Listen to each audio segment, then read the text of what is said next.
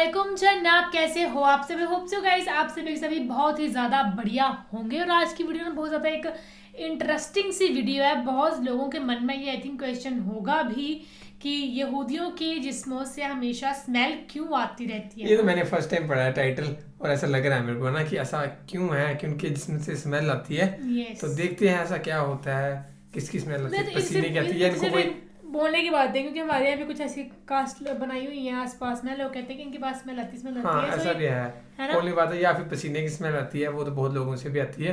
तो इसको करते हैं प्ले, फिर करते हैं बाकी बातें डिस्कस। और व्लॉग देखना हमारे लिंक डिस्क्रिप्शन में दिया, सो करें प्ले। रियल वर्ल्ड के मुअज़्ज़िज़ दोस्तों, मैं हूं माजिद मलिक और आप तमाम देखने और सुनने वालों को अस्सलाम वालेकुम। नाज़रीन ग्रामी, क्या आप जानते हैं कि यहूदियों के जिस्मों से गंदी बदबू क्यों आती है और किस तरह 70,000 यहूदियों को मारकर दोबारा जिंदा किया गया था?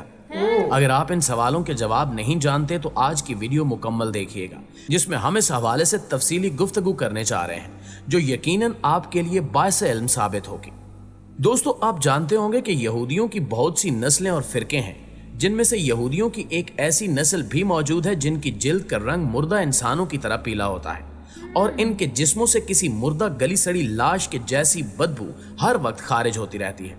यहाँ तक कि इनका नया लिबास भी थोड़े ही अरसे बाद किसी मुर्दे के कफन की तरह गर्द आलूद और तार तार होने लगता है। ये लोग अपनी इस कमजोरी या निशानी को छुपाने के लिए भले कितने ही परफ्यूम और खूबसूरत लिबास इस्तेमाल कर लें, इनकी तीनों निशानियों में से किसी एक निशानी की वजह से पहचाने जाते हैं। ये लोगों में घुल मिलकर अपनी शनाख्त छुपा लेते हैं, लेकिन अपनी इस मुस्तकिल शनाख्त से उम्र भर पीछा नहीं छुड़ा सकते। इनकी इस खामी के हवाले से कहा जाता है कि ये एक अजाब याफ्ता कौम है जो हजारों साल पहले दुनिया में आई थी, लेकिन अपनी बदअमाली और पैगंबर की सरी नाफरमानी की वजह से, अल्लाह के अहकामात की खिलाफ वर्जी करने की वजह से एक अनोखे और बदतरीन अजाब का शिकार हो गई थी। दोस्तों, ये वाकया कुछ यूं था कि हजरत मूसा अलैहिस्सलाम के बाद की बात है, जब एक पैगंबर यहूदी कौम के एक बड़े शहर की जानिब भेजे गए। जैसा कि तारीख में यहूदियों का शुरू से यही वतीरा रहा है कि अल्लाह ताला के सख्त नाफरमान रहे हैं, इसलिए सिर्फ एक इस कौम के मुख्तलिफ शहरों और कबीलों की इस्लाह के लिए एक एक वक्त में सैकड़ों की तादाद में पैगंबर और नबी भेजे जाते रहे। कहा जाता है कि इन पैगंबरों की कुल तादाद में से 90% पैगंबर यानी 1 लाख से जायद सिर्फ यहूदियों की तरफ भेजे गए थे। इसी तरह एक कौम की तरफ जिस शहर में एक पैगंबर को भेजा गया वो एक बड़ा शहर था जहां लाखों की तादाद में इंसान रहते थे।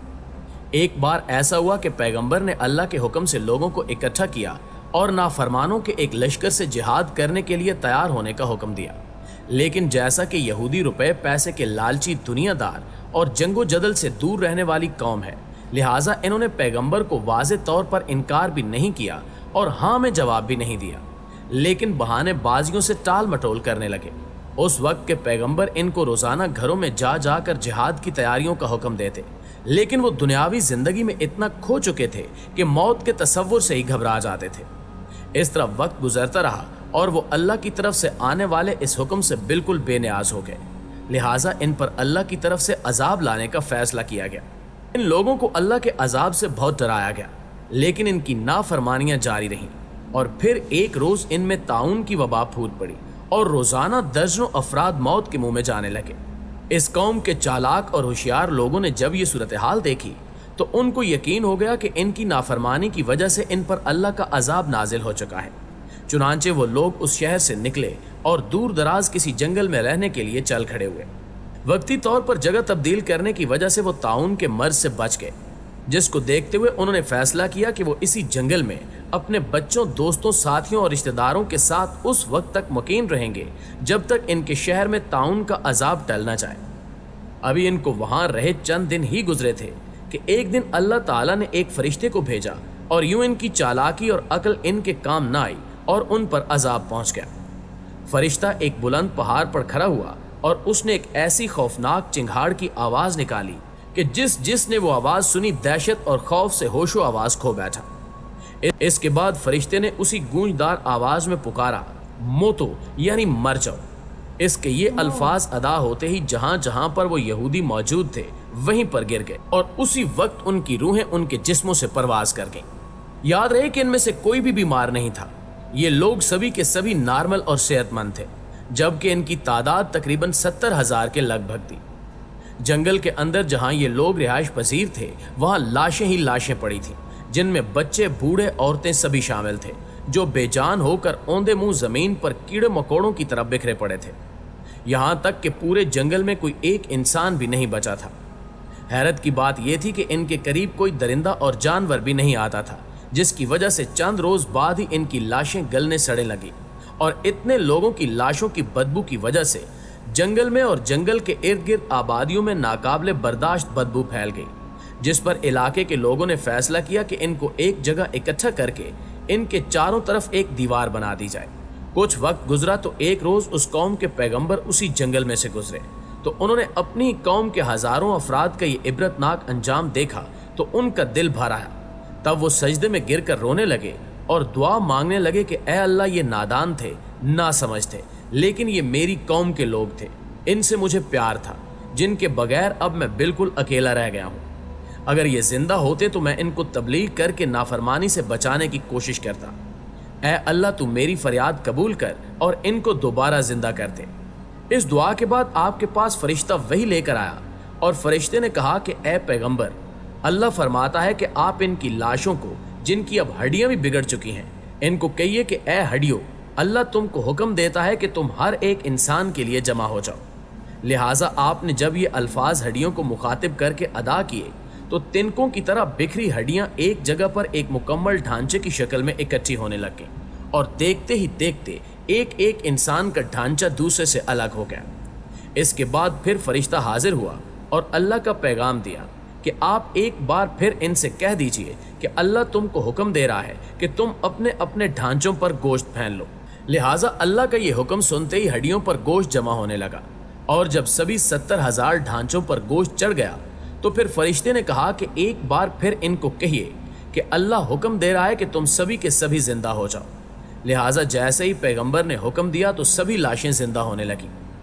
नाज़रीन ग्रामी, बेशक ये इंसानी तारीख का अनोखा और हैरत अंगेज वाक़या था, जब एक दो नहीं बल्कि 70,000 इंसान जो मर चुके थे एक बार फिर जिंदा हुए। लेकिन इनकी अजाब की निशानी के तौर पर इनमें एक तब्दीली आ चुकी थी, जिसके आसार आज भी मौजूद हैं, और वो तब्दीली ये थी कि इनका जिल्द का रंग किसी मुर्दा इंसान की लाश की तरह पीला और जर्द हो चुका था।